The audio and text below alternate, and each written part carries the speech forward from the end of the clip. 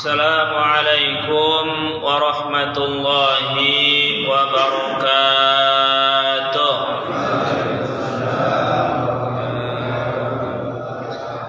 Jamaah Masjid Nur Ihsan, apa kabar semuanya? Semoga semuanya diberikan keberkahan, kemudahan, istiqomah, panjang umur, kesehatan, murah rizki, anak-anaknya menjadi anak-anak yang solih dan solihah, dijauhkan dari musibah, mara bahaya dan wabah. Lalu semoga ketika akhir hayat kita dengan rahmat Allah dalam keadaan husnul khatimah. Alhamdulillahi rabbil alamin, wa sallallahu ala sayyidina Muhammadin wa ala alihi wa sahbihi ajma'in. Subhanaka la ilma lana illa ma 'allamtana innaka antal alimul hakim. Rabbi shrah li sadri wa yassir li amri wahlul 'uqdatam min lisani yafqahu qawli. Yang saya hormati DKM Masjid Nur Ihsan, Bapak Ustaz Muhammad Anas, Ustaz Junaidi, Haji Antoko, Ustaz Toli, Haji Suganda, juga tokoh masyarakat lainnya, para guru, para ustaz, jamaah sekalian, mari kita awali dengan bersyukur dan memuji kepada Allah Subhanahu wa ta'ala. Orang yang bersyukur adalah orang yang hatinya kaya. Meskipun tapi orang yang tidak bersyukur meskipun kaya hatinya miskin, gitu ya. Subhanallah walhamdulillah wala ilaha illallah wallahu akbar. Kemudian kita sampaikan salawat dan salam teruntuk kekasih suri tauladan Nabi yang terakhir, sahibus syafa'ah Kanjeng Nabi Muhammad sallallahu alaihi wasallam beserta keluarganya, sahabatnya, tabi'in, atba'u tabi'in. Semoga kita termasuk di dalamnya. Bapak, saudara, jamaah Masjid Nur Ihsan yang dirahmati, dicintai dan diridhoi oleh Allah Subhanahu wa ta'ala,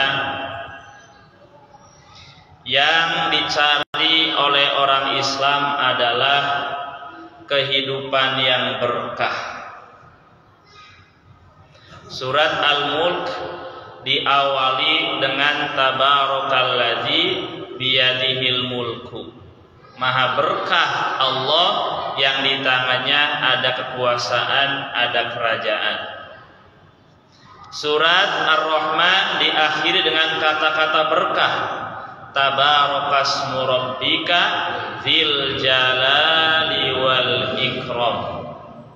Maha berkah nama Tuhanmu, pemilik keagungan dan kemuliaan.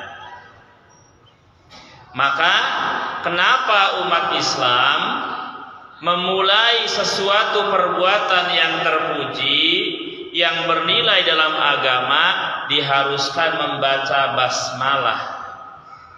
Karena di dalam nama itu ada keberkahan.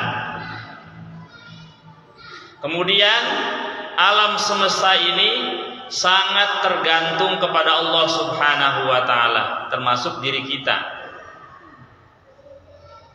Ya, hidup mati kita tergantung kun fayakunnya Allah. Kita tidur, bahkan kita sendiri tidak bisa menjalankan jantung kita berdetak karena kita tidur kan nggak ada kesadaran, tapi Allah tetap menjalankan. Itulah kesempurnaan nikmat Allah Subhanahu wa ta'ala. Tergantungan kita kepada Allah, alam semesta. Kemudian seorang muslim juga dalam hidupnya agar terhindar dari gangguan-gangguan. Gangguan yang terbesar adalah dari makhluk yang bernama iblis atau setan dan tentara-tentaranya. Sehingga kita selalu mohon perlindungan kepada Allah. Tiada daya, tiada upaya kecuali dengan pertolongan Allah Subhanahu wa ta'ala.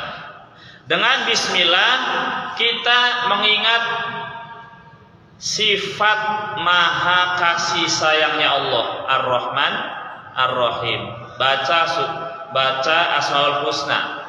Ada 99. Ya. Kenapa sih bismillah sifatnya itu bukan sifat Al-Muntaqim, maha pembalas? Enggak dicantumin dalam bismillah. Kenapa dalam bismillah enggak dicantumin keagungan Allah? Tapi Allah mencantumkan dua ikon sifatnya Ar-Rahman Ar-Rahim. Artinya Allah Subhanahu wa ta'ala dengan sifat Rahman dan Rahimnya pengen dekat, pengen akrab, pengen mengasihi, pengen mengayomi hamba-hambanya, seperti ibu menyayangi anaknya, bahkan Allah lebih dari itu. Sehingga dalam perut ibu ada yang namanya rahim. Ya, rahim itu diambil dari sifat Allah Rahman Rahim. Ya. Kemudian ya, dengan bismillah maka Allah menilai perbuatan kita, karena dalam bismillah terbetik niat. Ya, niat karena Allah gitu.